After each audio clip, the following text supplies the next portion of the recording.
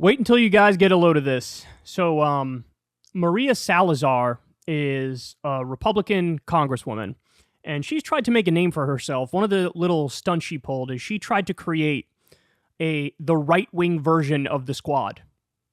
I mean, people on the right, conservatives and Republicans, looked at the Squad, like the branding exercise of that and the press around the Squad, and they wanted to try to create their own version of that. And she led the charge on that front. She did some cringe interviews on Fox News talking about the conservative Squad, or I don't even remember what they called them. But she's also, she's Cuban-American, and so she spends like 50% of her life going after communists and socialists and calling them evil and all that stuff.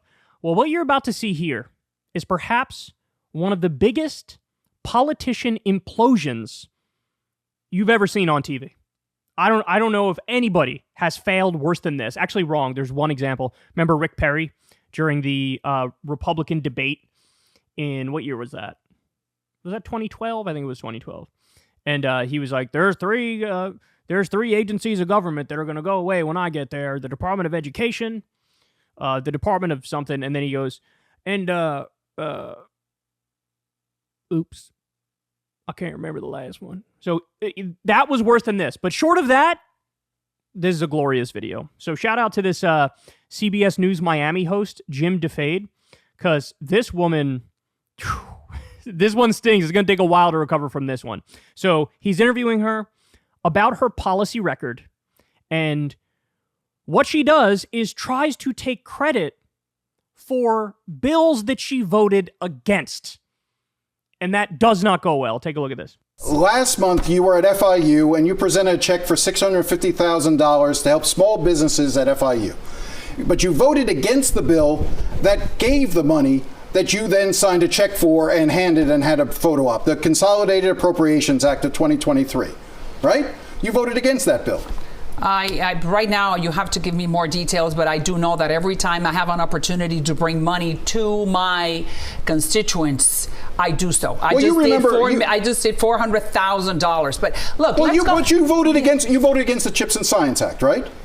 Listen, right now I need to ask my staff. But what do we look at the $40 million that I have brought to this community? Aren't you proud of me? Aren't you proud of the $40 million that I brought? But how Aren't you proud that I wrote the Dignity Act? Haven't I? Let's talk about the Americas Act. Wait a second. Let me 1 second. Tell me.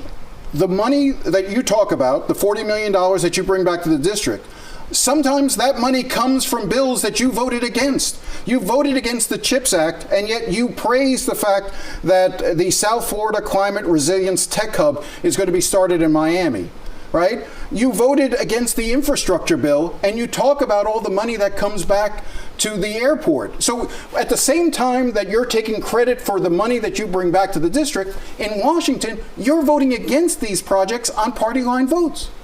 Listen, that was, I think, last cycle. I cannot really remember right now, but let's look at the Americas Act, which is what I'm going to, So you don't want to explain why you vote really against cannot, things? I mean, right now, and I'm not trying to be a politician, there's so many bills that I've introduced that I know that many of them these are bills that you voted against. That I understand. But it's, okay, sometimes I vote and sometimes I don't. But let's look at the positive. Let's look at the $40 million that I brought.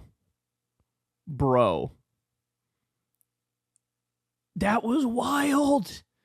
So I watched this with Crystal the other night, and her reaction was like, look, that as a politician, that shouldn't be a difficult question to answer.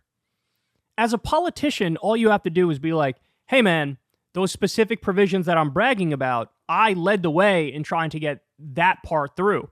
Were there other parts of the bill that I thought were ridiculous, that shouldn't get through?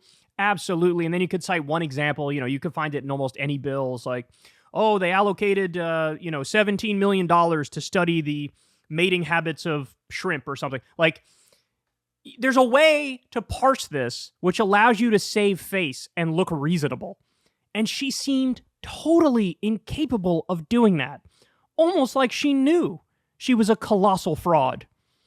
And I think that's the inevitable conclusion. She knows she's a colossal fraud. Now, by the way, to be fair to her, guys, this is a tale as old as time. Republican politicians voting against legislation and then taking credit for said legislation when money comes to their district for projects there. It happened, I mean, I remember with Obama, for example, the stimulus package he passed in the wake of the subprime mortgage crisis and Great Recession. I think it was like $787 billion or something like that. And all these Republicans voted against it. And then we're bringing in $1 billion to rebuild our roads and build this new bridge in the middle of my community. In fact, Paul Ryan got hit on that exact point in the VP debate with Joe Biden, where, Biden at the time was like, you can't take credit for some shit you voted against. It wouldn't have gone through if you guys got your way. But this is what they do. Now, by the way, again, let's note the irony here. This woman prides herself on being against socialism. We hate socialism in this country. Free market capitalism. And then she effectively goes out there and is like, aren't you so happy I brought federal dollars into our community? Well, hold on. I thought that was socialism, right? Where'd this money come from? It's tax money. And now it's being spent in your district. That's redistribution of wealth. It turns out redistribution of wealth, depending on the context, can be super duper based, can be incredibly positive. It's the old example that I gave when I was on Fox News debating that what if we taxed Jeff Bezos? I don't even know how much he's worth. How much is he worth now? I know there were articles saying at some point he will be worth $1 trillion, right? But over $100 billion, right? What if we taxed him at 1% and used that money to end homelessness for U.S. veterans? Would you oppose that? Would conservative Republicans look at that and say, no.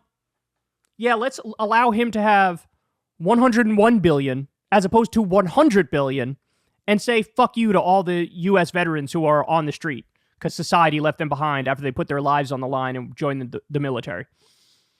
I mean, that's such a clear example, right? Of like, yeah, redistribution of wealth is the duh response in that scenario. There's a million scenarios where redistribution of wealth is the reasonable thing to do. But she argues against it. She, fear mongers against socialism all day, every day. Then she takes credit for the good parts of it, even though she voted against the bill when it came up. Man, that was a legendary implosion.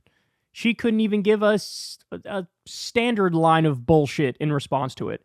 She was just like deer in headlights type stuff. Like, yeah, maybe you're right. But look at the things that I did that were good. Like, yeah, you're giving 7 examples of when I did the wrong thing and I put my middle finger up to my district, but I can give you the name of an obscure act that we're not talking about now that I did vote for. Somebody get this guy, Jim DeFade, however you say it. Somebody get this guy a show on one of the major networks. Because from this clip alone, he strikes me as good at his job. And you know what else? You know what else I should point out?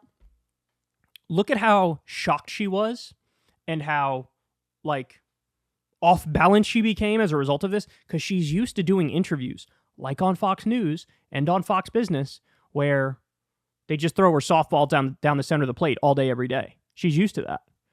And then this is what happens in the scenario where somebody asks a real question.